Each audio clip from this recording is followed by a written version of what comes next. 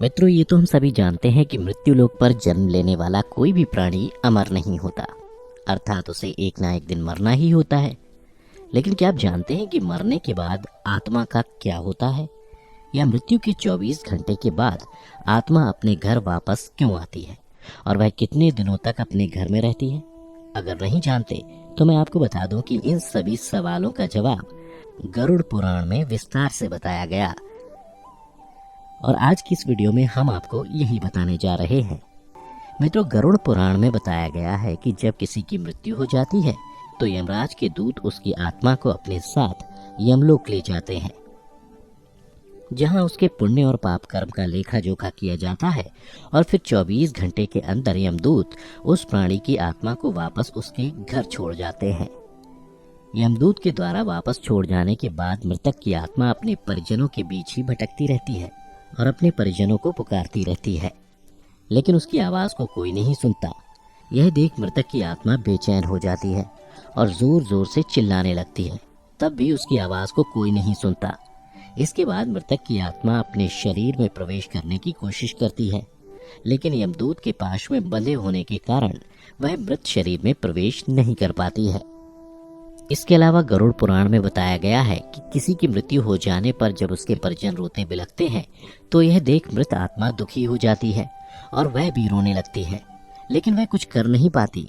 और लाचार होकर अपने जीवन काल में किए गए कर्मों को याद करके दुखी हो जाती है। गरुड़ पुराण की माने तो जब यमदूत मृतक की आत्मा को उसके परिजनों के बीच छोड़ जाते हैं तो उसके बाद उस आत्मा में इतना बल नहीं रहता कि वह यमलोक की यात्रा तय कर सके। गरुड़ पुराण के अनुसार किसी भी मनुष्य की मृत्यु के बाद जो 10 दिनों तक पिंडदान किया जाता है, उससे मृत आत्मा के विभिन्न अंगों की रचना होती है, और फिर 11वें और 12वें दिन जो पिंडदान किया जाता है उससे मृतक की आत्मा रूपी शरीर का मांस और त्वचा का निर्माण होता है,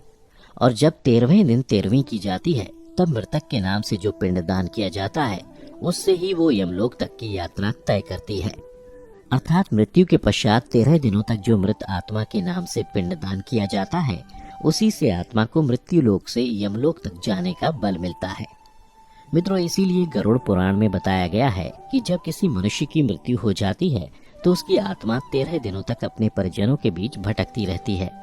और इसके बाद मृतक की आत्मा मृत्यु लोक से यमलोक के सफर पर निकल पड़ती है, जिसे पूरा करने में उसे 1 साल यानी 12 महीने का वक्त लगता है।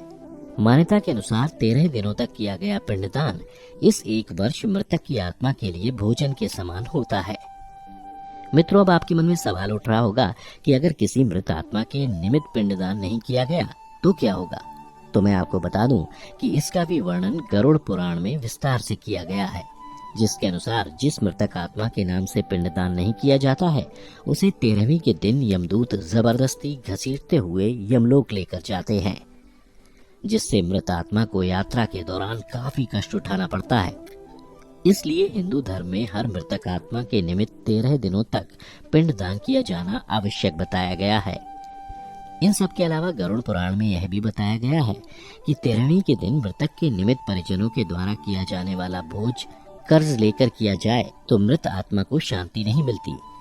मृत आत्मा को इन बातों का बड़ा ही कष्ट होता है और मन ही मन सोचता है कि काश मैं अकेले ही ये कष्ट भोगता।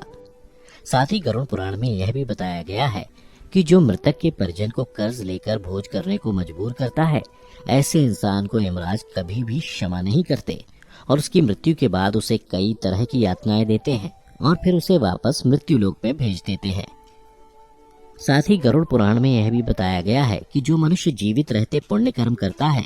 उसे यमदूत मृत्यु के 13 दिनों बाद अपने साथ यमलोक ले जाते हैं, और ऐसी आत्मा को मृत्यु लोक से यमलोक तक जाने वाले मार्ग में किसी भी तरह का कष्ट नहीं झेलना पड़ता। वहीं जो मनुष्य अपने जीवन काल में बुरे कर्म करता है उसे यमदूत पूरे रास्ते कई तरह की यातनाएं देते हैं, जिससे वह थर थर कांपने लगता है और यमदूतों से बार बार क्षमा मांगता है, लेकिन यमदूत उसे क्षमा नहीं करते। इसके बाद जब पुण्य आत्मा यमलोक पहुंचती है तो यमराज उसे स्वर्गलोक भेज देते हैं, जबकि पापी आत्मा को उसके द्वारा किए गए बुरे कर्मों की सजा भुगतने के लिए नरक भेजते हैं, और सजा पूर्ण होने के बाद वापस ऐसी आत्मा को निम्न योनि में वापस मृत्यु लोक भेज देते हैं। तो मित्रों, उम्मीद करता हूँ कि आपको समझ में आ गया होगा कि आखिर मृत्यु के 24 घंटे बाद आत्मा अपने घर वापस क्यों आती है। अगर समझ आया हो तो वीडियो को ज़्यादा से ज़्यादा लाइक और शेयर करें। साथ ही ऐसी आध्यात्मिक जानकारी के लिए हमारे चैनल को अभी सब्सक्राइब करें।